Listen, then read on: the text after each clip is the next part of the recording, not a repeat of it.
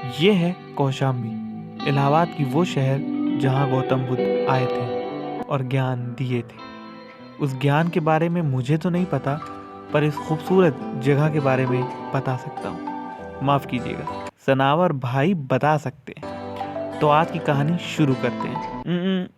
आपने गलत काउंट किया, टोटल 6 लोग हैं। अपना दोस्त शहरयार।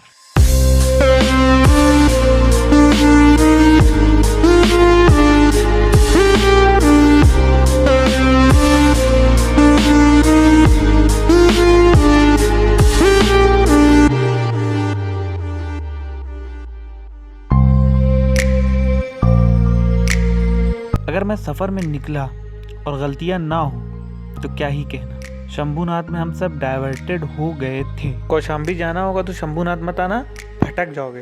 आधे घंटे से भटके हुए हैं। लेकिन क्या मैंने आपको बताया कि बढ़ती मंजिल तक पहुंचने के साथ ही मुश्किलें बढ़ रही थी।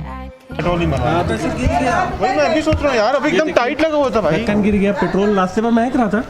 हाँ, महक तो रहा था, उससे बोला तो बहुत बड़ी प्रॉब्लम आ गई। इसको प्लास्टिक के पन्ने से फेंकना पड़ेगा। यही सब होता है ब्लॉग में। इंसिडेंटली कोई भी चीज़ हो सकती है।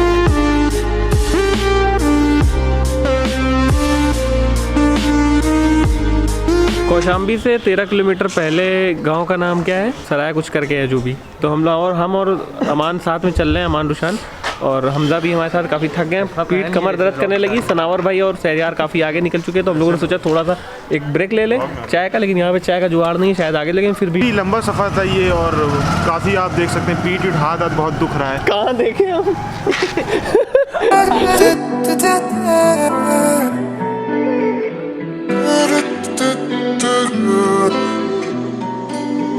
शंभूनाथ जाना है, शंभूनाथ से पहले मुड़ना हमको। ठीक है, शंभूनाथ हम जानते हैं। शंभूनाथ पहुँचे, पता चला गलती कर दी, खुद सही थे।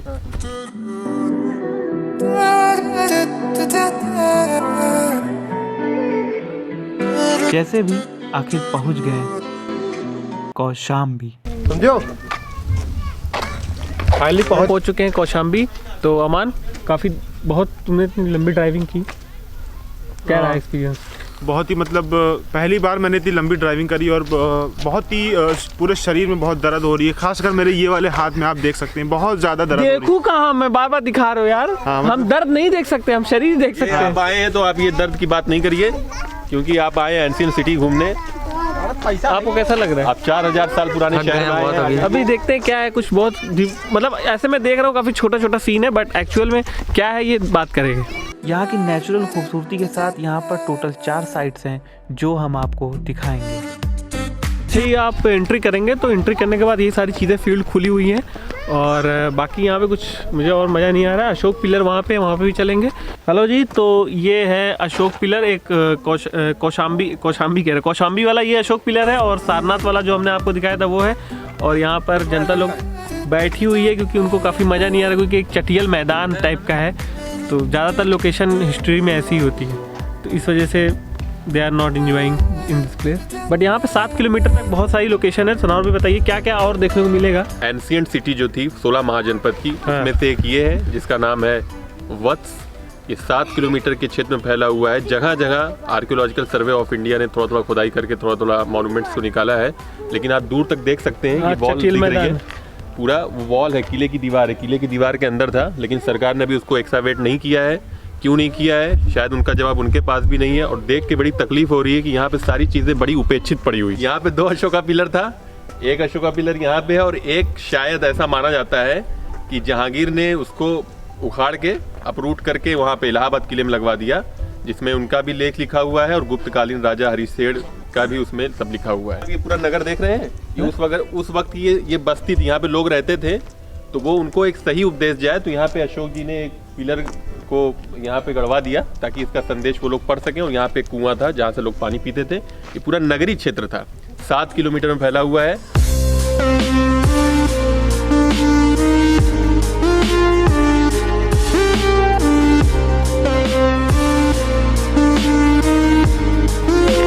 हाँ, तो भाई साहब ये जान लीजिए कि ये छोटा सा ये जो देख रहे हैं ना, यहाँ पे बौद्ध लोग रहते थे। यहीं पे गौतम बुद्ध आते थे, उनको उपदेश देते थे। और बगल में एक व्यापारी रहते थे, बहुत अमीर थे इस नगर, वत्स नगर के सबसे अमीर व्यापारी, जिनका नाम था घोषिता। तो उन्होंने एक वहाँ पे छोटा सा पूरा महल बनवा दिया था, गौतम बुद्ध वहीं जाके रहते थे। तो उस जगह को बोलते हैं घोषिता राम मॉनेस्ट्री। जब देखा कि वो जगह बड़ी पवित्र है तो अशोक ने वहाँ पे स्तूप बनवाया और सारी चीज़ें बनवाई। तो घोषिता राम अभी हम लोग चलेंगे। कितनी दूर है यहाँ से? यहाँ से मुश्किल से 100 मीटर। ये घोषिता राम जगह है यहाँ पर, मुझे इसके बारे में भी कोई ज्ञान नहीं है, सनावर भाई बताएंगे। क्या भैया खोद रहे हैं बड़ा? सर इसी को मरम्मत हो रही जाओगी। अच्छा, मरम्मत कर रहे हैं।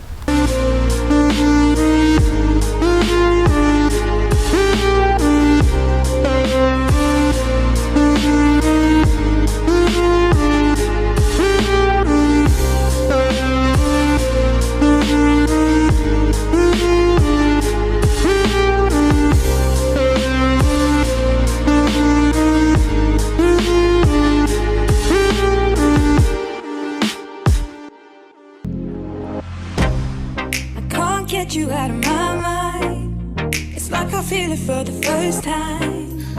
Been thinking about you all night.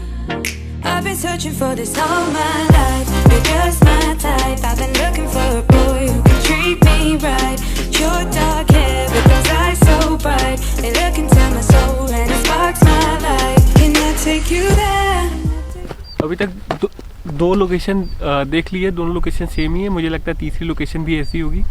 और थोड़ा सा टायर्ड फील कर रहा हूँ क्योंकि चाय की इस वक्त बहुत ज़रूरत है।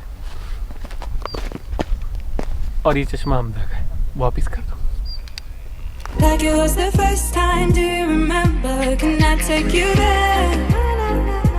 Back to when we felt like this was for... ये एंशिएंट जो वत्स है, यहाँ पे चारों तरफ किले की दीवार थी जिसमें 4 गेट थे। एक गेट के अवशेष यहाँ पे देख सकते हैं।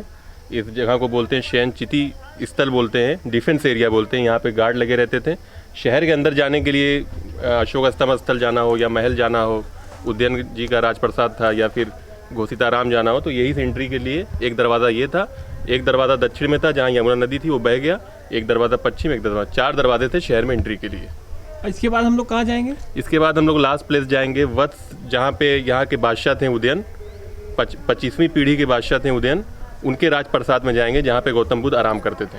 यमुना नदी के तट पे है, खुदाई में एक्सकवेशन में निकला है। सबसे पहले इसकी रिपोर्ट अलेक्जेंडर कनिंगम ने दी थी, बाद में इलाहाबाद यूनिवर्सिटी के प्रोफेसर R.K. शर्मा ने वहाँ पे खुदाई की थी। लेकिन अभी इस प्लेस का सरकार क्या नहीं कर रही है? सरकार देखिए ध्यान नहीं दे रही है। कोई वहाँ पे कुछ लिखा हुआ है, वहाँ पे कुछ लिखा हुआ है। अबे अब तो सरकार भी ध्यान देना शुरू कर देगी। I love you TT city लिखा है, सारा तोड़ दिया गया स्ट्रक्चर। गांव वाले सारा स्ट्रक्चर तोड़ रहे हैं, सरकार ध्यान नहीं दे रही। सरकार कहाँ ध्यान दे रही? जहाँ उनका मुनाफा हो रहा है, जैसे सारनाथ है, आगरा है। अरे भैया इतनी कीमती जगह, इसको ध्यान दीजिए भाई। वत्स है, एंशिएंट वत्स है, सारा आर्टिफैक्ट देखिए पड़ा हुआ है, सरकार ध्यान नहीं दे रही है। और गांव वाले यहाँ पे जब बारिश होती है तो चुप्पे चुप्पे खुदाई भी करते होंगे और सारा काला बाजारी करते हैं यहाँ पे। सरकार कोई ध्यान नहीं देती है। अब उनसे पूछिए व्हाट इज दिस गवर्नमेंट। तो आप उस जगह पे आ गए हैं, वत्स, जो पूरा वत्स 6 किलोमीटर पे था। तो वहाँ के जो बादशाह थे, जो वहाँ के किंग थे, राजा उदयन, जो वहाँ से बिलोंग करते थे हस्तिनापुर से। जब हस्तिनापुर पूरी तरीके से बाढ़ की वजह से ख़राब हो गया, नष्ट हो गया, रुइन हो गया, तो वो छोड़ के वत्स पे अपनी राजधानी बनाए थे। तो 7 किलोमीटर के क्षेत्र में ये पैलेस एरिया था, यहाँ पे उनका महल था। गौतम बुद्ध आके यहीं पे स्टे करते थे, फिर जाके घोषिता राम में, कुकुटा राम में जो अशोक स्तंभ स्थल है वहाँ पे अपना उपदेश देते थे, फिर आके यहाँ पे रुकते थे। फिर यहाँ से वो जाते थे श्रावस्ती। तो ये इनका रुइन है, खुदाई में निकला है। बहुत से स्ट्रक्चर अभी सरकार नहीं खोदी है और ऐसा उम्मीद करना बहुत बड़ी बेवकूफ़ी होगी। सरकार पूरा खोद देगी, कभी नहीं खोदेगी। यहाँ पूरी तरीके से रुइन है और यहाँ पे पूरी तरीके से रुइन होता चला जाए, क्योंकि सरकार इस पर ज़रा सा भी ध्यान नहीं दे रही है और मुझे बहुत तकलीफ हो रही है। और ये शायद चित्रकूट है उस तरफ। तो आइए कभी कौशाम्बी, आपका भाई इंतज़ार कर रहा है इस जगह पर।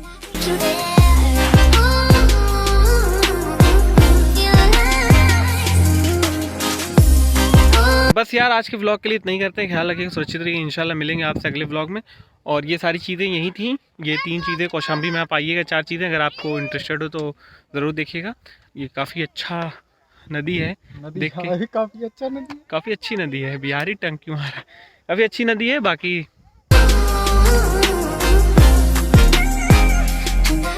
हमारा भाई बहुत बड़ा औखाड़ है।